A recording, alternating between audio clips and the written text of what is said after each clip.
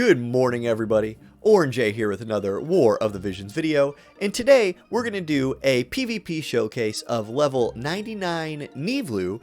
I'm going to show you how I build her, what role I think she fills in Arena, if she's really good for Guild Wars, etc.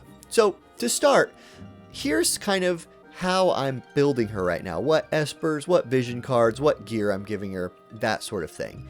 So if you look on the left, that's her base stats, or at least her base stats for me with like my guild statues turned on. Pretty low attack, kind of low HP, nice agility, good dex and luck. You kind of see it right there, right? So then in the middle, these are the things that I've been equipping her with. I built the +5 bow. I built a critical version, by the way. I think that's the best bang for your buck bow to build for her right now.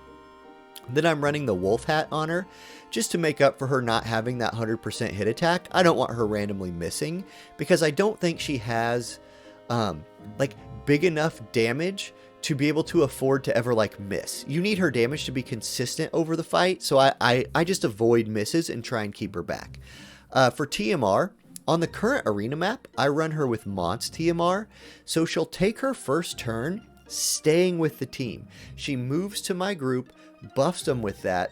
Otherwise, she likes to just go forward over the mountains, and yeah, I don't really like that. She has that jump 2 base, which is a bad thing for her on this map, because she ends up suiciding a lot, unless you can keep her back. So I use Mont's TMR to do that.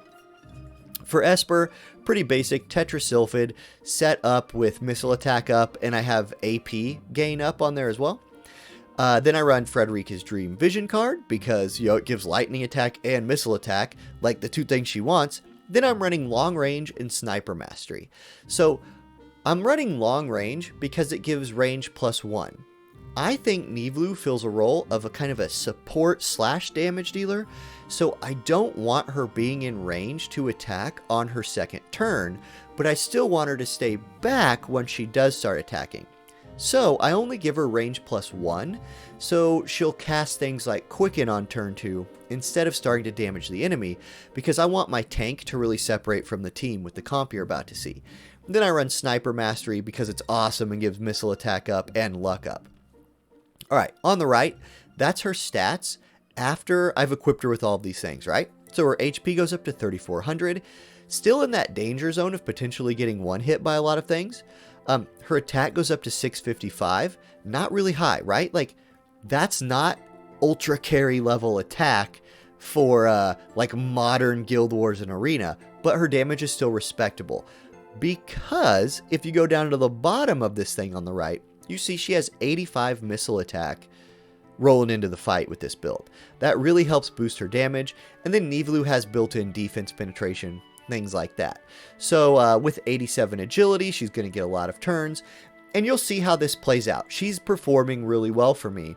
So let's go ahead, let's jump into team comp, show off the team comp, jump into arena, do some fights, and I'll kind of walk you through my thoughts on Niv'Lu to this point.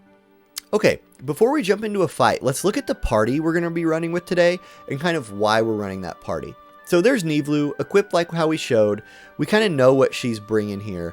She's going to run with Frederica, a natural partner for her, right? Lightning chains, missile chains, really neat. Now, one cool thing, they have about the same agility in this group. 86 there, 86 there. That way they'll go consecutively, so if they're hitting the same target, they will chain on the target, which helps make up for a little bit of the shortfall in raw damage that this group brings.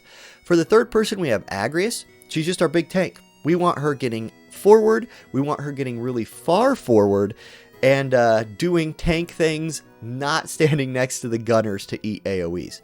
To accomplish that, that's why we're using Mont's TMR to keep Niv'Lu back while boosting Agrius' agility. And then we actually have haste turned off, so Niv'Lu will only use Quicken on Agrius. This will give Agrius, like, I just have it paced correctly where Agrius will go, get a Quicken, and go again with her second and third turn, and that's what we need. Now, what we need to avoid for who we fight is something like this. We can't have a Cain in slot 2 or 3, or a Warrior of Light in slot 2 or 3, because they will come over the mountain and draw into Niv'Lu's range, which will keep her from casting her buffs on the group. So we need to be selective, especially on this map, with who we pick. Now, here's a 3 DPS group with Kayn in slot 1. I feel like maybe we can handle this group as long as the enemy Niv'Lu doesn't do some weird movements to get into our Niv'Lu's range. Like, that would be the thing that gets us here. But we're going to see. Like, you have to be selective in Arena when you're picking fights if you want to run up winning streaks. And know what your team does, and know what the enemy team tends to do, because you'll never know exactly how they have them built. Sometimes you just get a random Dragoon Warrior of Light or something. Okay. Enemy team, early turns buffing. Our team, early turns buffing. Although that, like, in all of the times I've run this test, that's the only time Frederica has run to that spot to cast that buff. It doesn't matter a whole lot, I don't think, but that was pretty weird by her. Anyway, enemy team buffing. Frederica gets into range to shoot somebody, drops a disable on the enemy Frederica, really nice. Dispel on Agrius, but that's not a big deal because she's going to Taunting Blade, perfect. Then she's going to get Quicken. Now watch how good this works. Quicken, move forward Agrius, and put Sentinel up. She's now going to stand there and tank all of these attacks by herself with Sentinel activated. That has been the biggest win condition for my missile team so far, is playing around Niv'Lu's support abilities with Quicken in order to put Agrius in the best spot possible to tank through the enemy's AP early. Okay, we get another rallying cry from Niv'Lu. Like, I'm feeling pretty good about this fight, especially since we're getting good disables and things like that landing. Enemy Niv'Lu dead. It's their Kayn versus the world, and we're going to drop a defense debuff on him. This is looking really good. This is essentially how this comp is supposed to perform. Kayn, piercing attack on Agrius. There's a sharpshoot from Frederica, slapping him around a little bit. Here's a shot. Okay, Kayn's still alive. But let's say this was Guild Wars, right? If this was Guild Wars, we're very, very happy with this performance because we're going to end our first fight with all 3 of our people still alive. And feel real good head into our second fight. Okay, we saw how that team works, how it's supposed to work. Let's swap out Frederica for Lucia here, another gunner who has a little bit more damage, and see if that works maybe a little better. Alright, this time we're running into a Dwayne Ruinstern Niv'Lu with Lucia Niv'Lu Agrius for us. There's some potential here for the enemy Niv'Lu if she's not built right to overextend, and we might be able to burn her down instantly at the cost of giving Agrius that extra turn. Like, I don't know if that would be worth or not. You saw how effective a sentineled up Agrius was at just sitting there like a mountain and letting the enemy team waste all their AP, etc. So let's see what happens. Ruinstern does enough damage that it is a little concerning to me, even for a really tanky Agrius, to tank through all that. Okay, enemy team using a nice variation of what we're using. They have Lunaverve on their Niv'Lu to make her do the exact same thing, right? It's the same effect as Mons TMR. She moves to the side and buffs. They've just chosen to use an attack, magic, and AP gain up buff instead of the buff we're using. Okay, here comes our Taunting Blade into Sentinel combo. There was Taunting Blade, here's Quicken, and here comes... Oh, this is interesting. 2 Quickens in a row. I feel like our Quicken will go first because we went first. Yep. There's Sentinel. Great. Now enemy Dwayne. Cool. Now, let's see if Agrius can do... Hey, I'll take that. That was pretty nice. Dual trigger on the Dwayne, really nice damage. And now Niv'Lu's in range to drop a giant Dispel spread, kill Dwayne, really hurt the enemy Ruinstern, and we're looking good. Here's Spider Rain from the enemy Niv'Lu. This is going to be on Agrius. Oh, and it catches Lucia. One of the strengths there of Niv'Lu is the big AoE radius on that attack. But Missile Chain onto Niv'Lu. She goes down. And there you go. That was a real nice win. And I felt like the bonus damage from Lucia was nice. I don't know that it was necessary. I feel like Frederica could have done the same thing in that scenario. But, hey, that was a good win. Agrius is proving to be a super useful tank to run with Niv'Lu and get that quicken.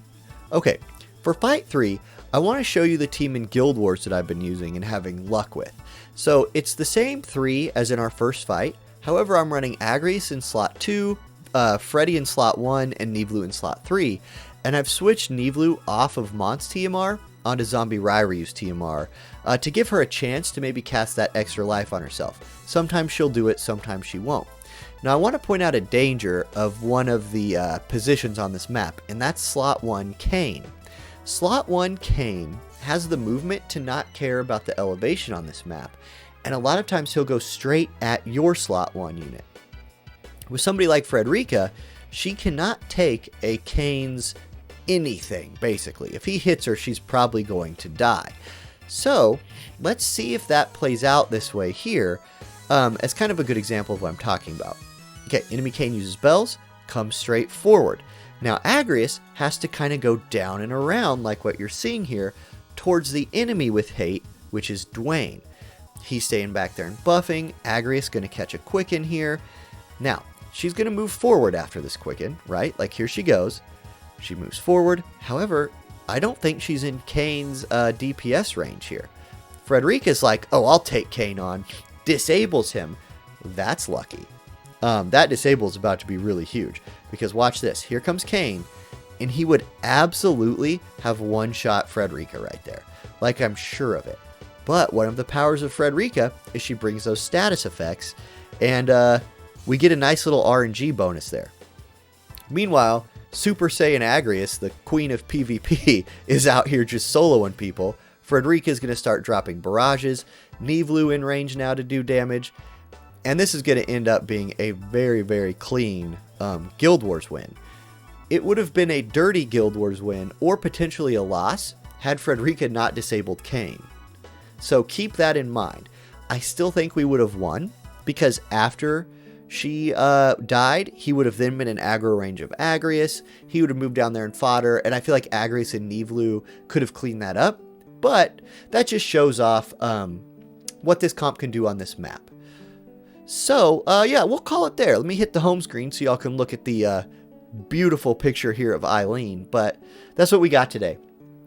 I hope you kind of understand a little bit of how I'm using Niv'Lu right now, kind of what she can do, the role she fills a little bit. And if you have any questions or want my opinion about anything, let me know in the comments. We're about to start Season 1 of either our physical DPS or our mage DPS series. So look forward to that coming out soon. And I will see you all in the next video.